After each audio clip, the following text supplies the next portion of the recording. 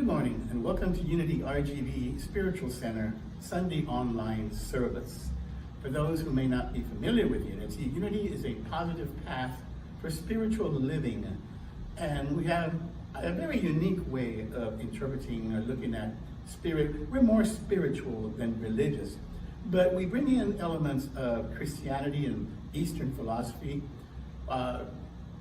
transcendentalism, science, and positive psychology. And we blend all those together into a very interesting way of looking at the world around us. So welcome here today. I'd like to start with announcements. First, we have some online classes. On Mondays, Reverend Beverly Pryor from Unity of the Hill Country in Kerrville has a class at 6:30 called The Universe is Calling. On Tuesdays, I have one that we call Let's Get Metaphysical. And that takes us into kind of stretching, where we are as far as our understanding of things. We watch TED Talks on various subjects and we discuss them. We usually see maybe two during an evening. And it's very interesting. We've got people, once again, we got people from about 7 different spiritual centers in Texas and one lady from St. Louis, Jackie. So let me see, on Wednesday, Jay has a class called Love 101, Jay from Unity Bernie. And then on Thursdays, there is an ARE group at 6:30 that's from here, from our center. And at 8 o'clock, we have the collaborative meditation with all the centers. You can find this in our newsletter. You can find the links on the website as well on the splash page. So I invite you to look at that.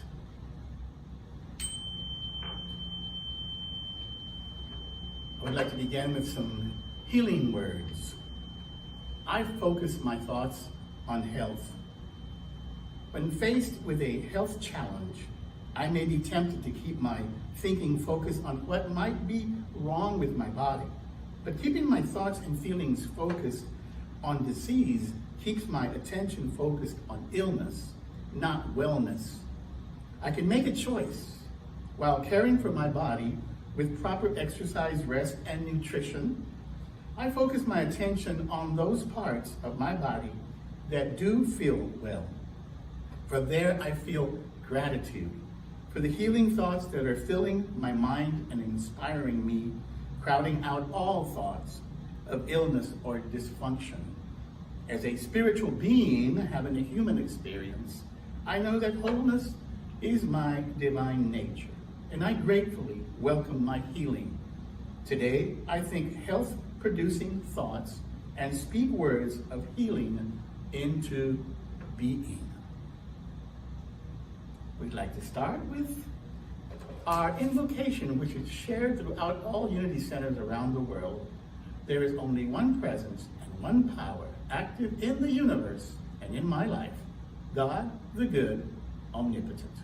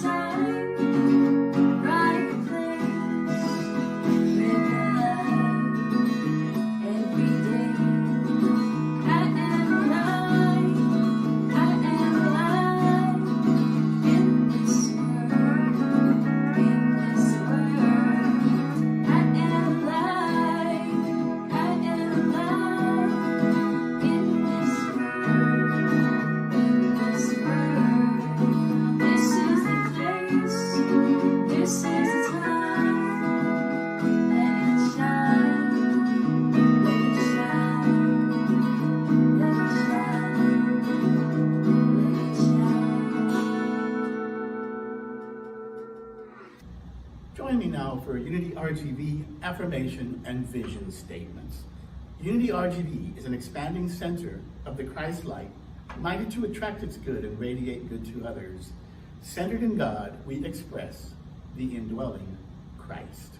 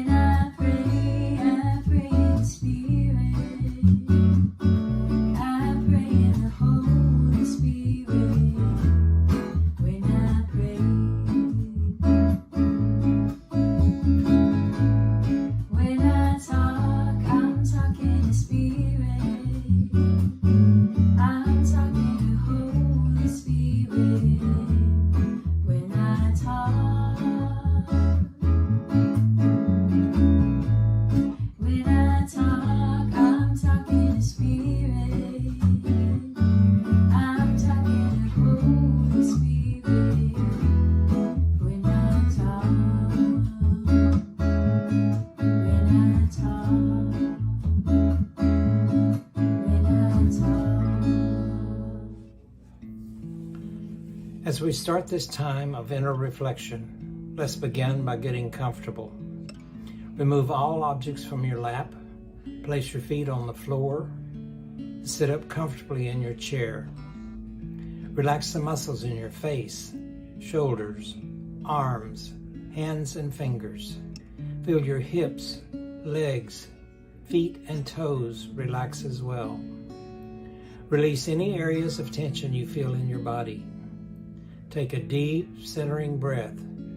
Slowly inhale, hold for a few seconds, then slowly exhale. Repeat a few times.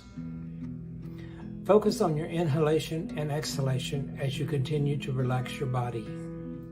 Gently breathe in and out. Just relax and breathe naturally. You now feel the increased sense of relaxation to your body. Feel calmness and peace wash over you. Now let's center our attention to the daily word for today, which is faith. Our Bible verse is from Matthew 17:20 and reads, "If you have the faith of a mustard seed, you will say to this mountain, 'Move from here to there,' and it will move, and nothing will be impossible for you." Today's affirmation is, "With faith, nothing is impossible for me." Let's say that together once. With faith, nothing is impossible for me. Our message reads, "With gratitude, I use my faith to trust in the good that is always present, even when it is not yet manifested. As I pray with faith, I discern the truth that always endures through even the most difficult circumstances. As I concentrate on harmony and love, all thoughts of lack, limitation, and discord simply disappear. As I speak with faith, I use positive words to express my belief in myself and others as divine beings. As I act with faith, I access deep, lasting strength and fortitude that helps me surmount any challenges. Inspired by my faith, I move forward with confidence. Nothing is impossible for me.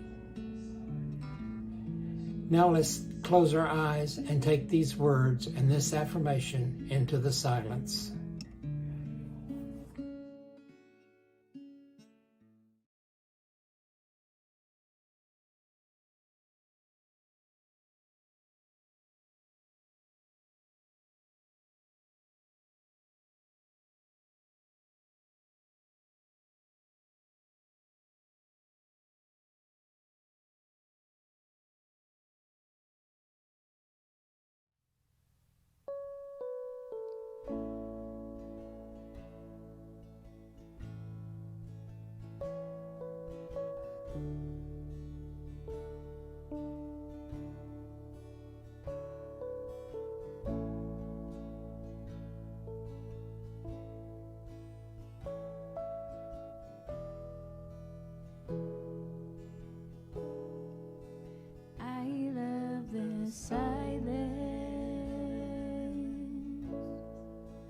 Down in my soul, I love the silence. Down in my soul, I love the silence. Down in my soul.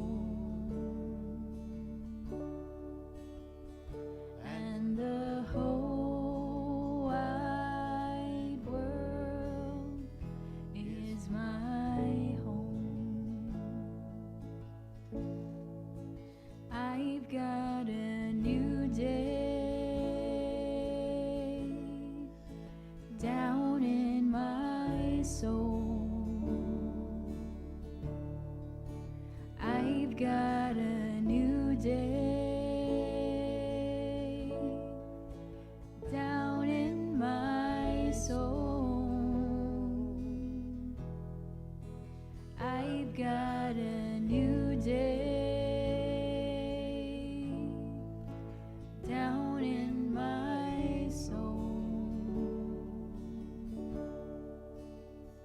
and the whole wide world is my home.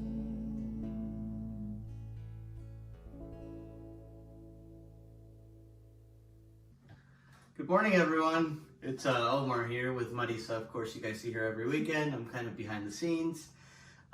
This week, we kind of wanted to take a little adventure into the special music. We don't really do this, and since it's the first week of fall, we wanted to do a little jazz song. And I learned a little bit of jazz here on the steel guitar, and Muddy's got her nice jazz-style guitar. So we're gonna go ahead and try this one out, and it's called Autumn Leaves.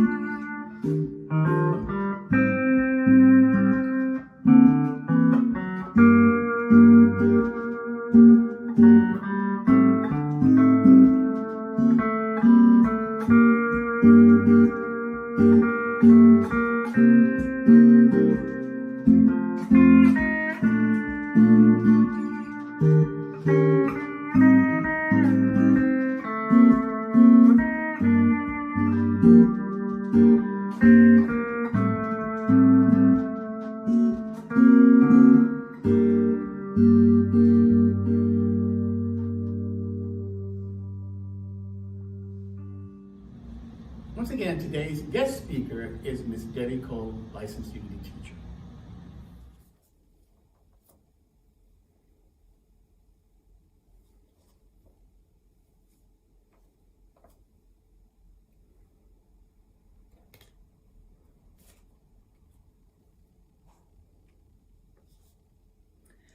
Hi there. I am so happy to be with you today. I'm so honored that Reverend Tommy invited me to speak with you, and I'm looking forward to the time when we can be back together in person so we can share blessings and hugs and all the love that is so important to a spiritual community. But I'm happy to be with you in this capacity. Today we're going to be talking about faith, love, and what? Yes, what? So I believe everybody's familiar with the Apostle Paul. He was a big figure in the New Testament and the Christian scriptures. He was not one of the disciples, not one of the original disciples. He's come to be known as Saint Paul. He was also known as Saul of Tarsus. That was his Hebrew name. But in the first century, he was not a Christian, not a follower of Jesus. In fact, just the opposite. He lived during Jesus' time, and the period that we know most about him is from the 30s to the 50s, when he was doing a lot of teaching and spreading the Christian word. But he didn't start out that way. He was actually one of the persecutors of early Christians. There were Christians that had been Gentiles, and because they converted to Christianity, he was all over them, and he was not a nice guy. In fact, he was on the road from Jerusalem to Damascus to do some of these bad deeds and take care of some of these Christians and show them how he felt about them and put them to trial. But he had an experience that we now know is the road to Damascus experience. And so we use that term in a lot of our lives when we have a big aha moment, or we have a time when something momentous has happened to turn our lives around. We call it our road to Damascus experience. And that's what he was doing. He was going from Jerusalem to Damascus on the road, minding his own business, when all of a sudden the risen Christ appears to him and has a word with him. In that time, he was also blinded. He was then carried to Damascus. He was healed, and through all of this was his conversion to become a believer in Jesus as the Messiah and the Son of God. So he got to be well known over those years, and of course certainly to us, because there's so much that he's written. There were so many things written about him. He spread the word throughout Asia Minor and Europe, establishing communities, teaching about Jesus, teaching about Jesus' life and all of Jesus' teachings, and just spreading the word, sometimes much more than we even think of the disciples doing. So today we're going to be talking about 1 Corinthians and some of his words there. Corinth was one of the places where he had established a community, had gone in, had spoken to them, had taught them, and they became a Christian community. And then he left. And so in order to stay in touch with them, he would write them very lengthy letters, continuing to support them in their teachings. So in 1 Corinthians chapter 13, he says, and there are different versions of this depending on the version of the Bible that you read, but the words were, "And now abideth faith, hope, and charity, these three. But the greatest of these is charity." And in some versions, you'll also see it as love. Now abideth faith, hope, and love, but the greatest, these three, but the greatest of these is love. But they're synonymous.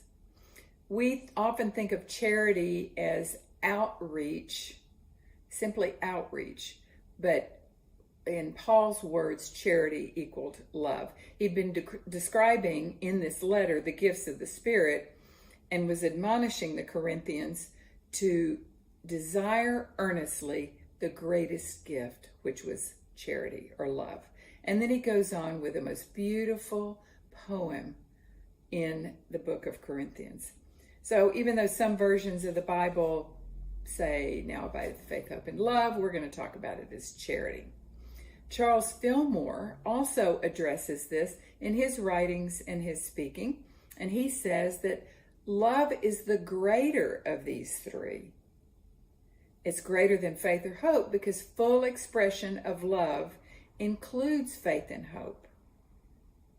Full expression of the divine includes faith and hope, but the greatest is love or charity. So love has mortal meanings to us. We think of it in a mortal way, on earth way, different ways we express love. But love also has more important spiritual meanings. And our co-founder, Charles Fillmore, also says, how may we know the quality of our love, whether it be mortal or spiritual? We may know the quality of our love by measuring it by the Jesus Christ standard. And that's what he calls it. That's the measuring stick, the Jesus Christ standard. If our thought is for things of the world, limited to a certain number of persons, our love is personal and it's mortal. So it's very specific. But when divine compassion and consideration for all of creation and the good of all fills the mind and heart, love is spiritual. So it's not that there's bad love and good love. There's just the ultimate, the love that has no boundaries that we almost can't conceive of because it's so big. But digging deeper into Mr. Fillmore's words, we're going to come back to the divine compassion and consideration for all creation and the good of all. Now that is some kind of charity. What does it mean?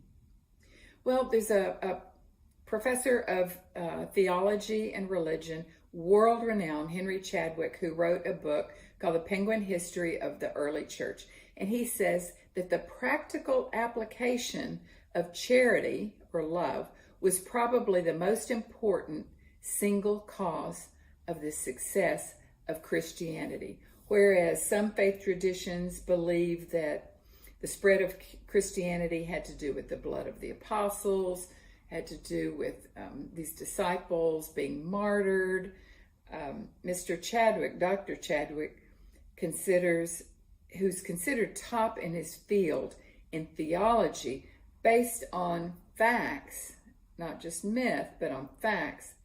He believes that charity, the practical application of love through divine love of fellow man, is the greatest reason for the spread of Christianity. This means that the love of God through Christians expressed itself in the care of the poor, the care of widows and orphans, in visits to their brethren in prison or condemned to the living death of labor in the mines, and social action. Here's what we're going to talk about today. Social action in time of calamity, such as famine, earthquake, pestilence, or war. So Dr. Chadwick is saying that Christianity was spread by love being spread through charity or as charity. So I'll suggest that there's never a time when love or charity is not a key component. It's always a key component of humanity. It's a key component of unity. It's a key component of all mankind. We simply do not exist, cannot exist without love. But I think right now we're clearly living in a time of calamity that Charles Fillmore spoke about and that Dr. Chadwick spoke about. We are in that time of calamity. This is essential that love and charity be expressed. So as Henry Chadwick described and a practical application of charity, how it played out in Roman times, Mr. Fillmore describes how conducting oneself in a loving way plays out in a time such as, and his talk was in 1919. So in 1919, they had just been through the Spanish flu pandemic. They had just been through a time of race riots in 1919. And he spoke to the importance of social responsibility through charity. It was pointed out then by Charles Fillmore, as it had been during the early years of Christianity, that even though charity and love are always a state of being that Jesus taught, it's especially needed in times of trouble and chaos. Why so now? Well, we know how things are going for us. Anxiety is rampant, it's contagious, it's additive, it's pervasive right now, and the world, community, our families, our personal lives are all on super duper overpowered overload. We're at the end of our ropes. We have no reserve or very little reserve to sustain us in our mortal world, but we have ultimate to sustain us in our spiritual world. What is it we have in unlimited amounts that never diminishes? We have love. We have charity. And love can be expressed through charity to ourselves and to others. Kindness, compassion, empathy, the kind of love that Jesus taught, the kind of love that Jesus lived, the kind of life that the Apostle Paul ultimately lived after his road to Damascus experience. Infinite, no boundaries, no reserves, without limits, love.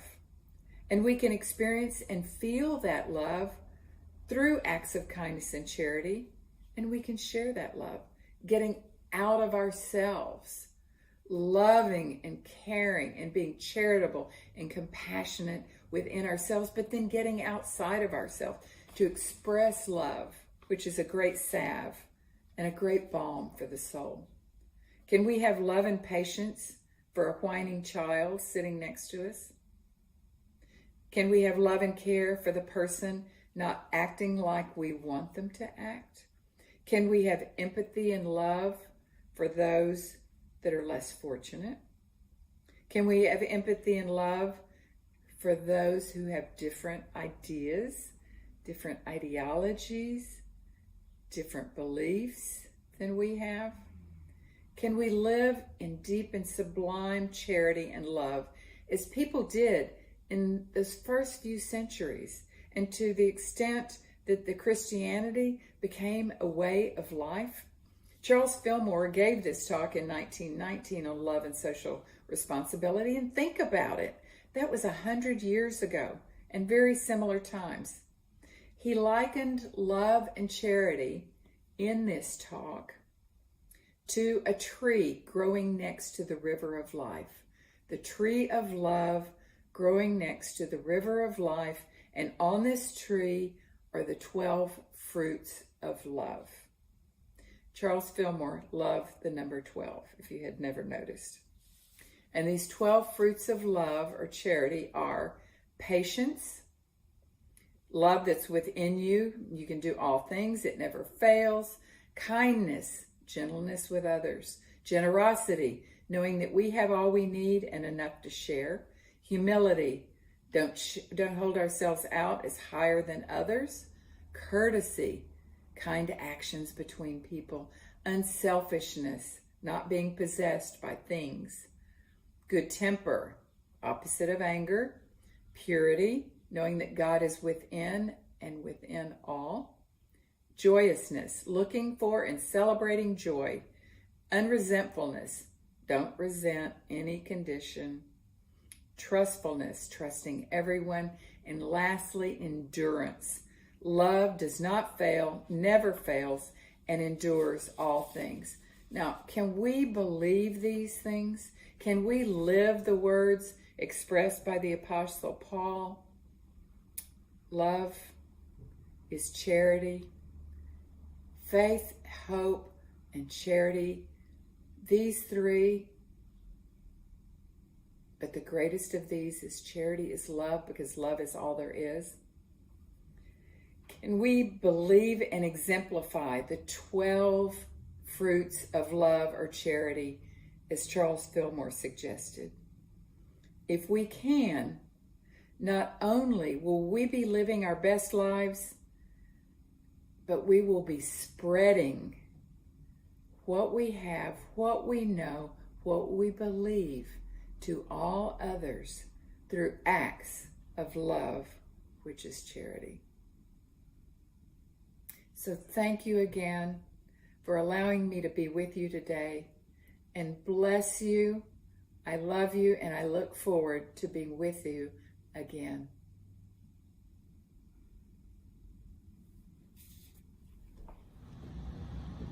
Thank you very much for that message, Debbie. Now comes the time in our service when we offer our tithes and our offerings. And I'd like to remind you that you may pay either or offer us tithes either through a check and send to P.O. Box 1661 in Far, Texas 78577, or we also have a Venmo, Cash App, and PayPal. And Marisa usually puts up the little tree, payment tree, during the service, if you can just see how all the links are from there. So we take our tithes together and we say, divine love through me blesses and multiplies all that I am, all that I have, all that I give, and all that I receive.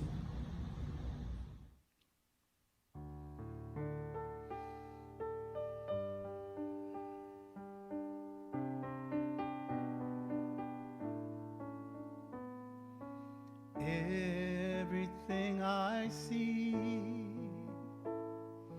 everything I do is blessed by your hand, God. I'll give it back to you. Everything I give, every thought that's true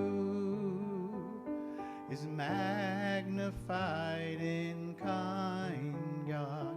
I'll give it back to you.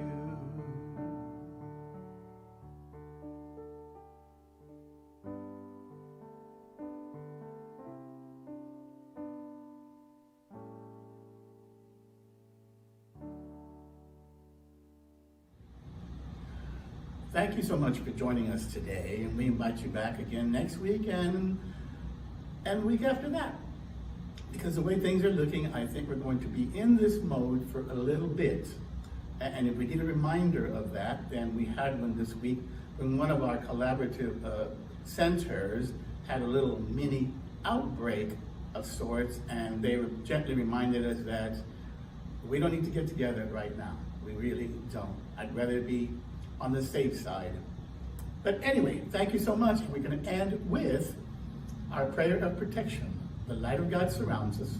The love of God enfolds us. The power of God protects us. The presence of God watches over us. Wherever we are, God is, and all is well. Have a blessed week. Be safe. Wear your mask. Wash your hands. Keep your distance. You know the routine. We want to get back together, but we won't be able to until people start practicing these very simple things.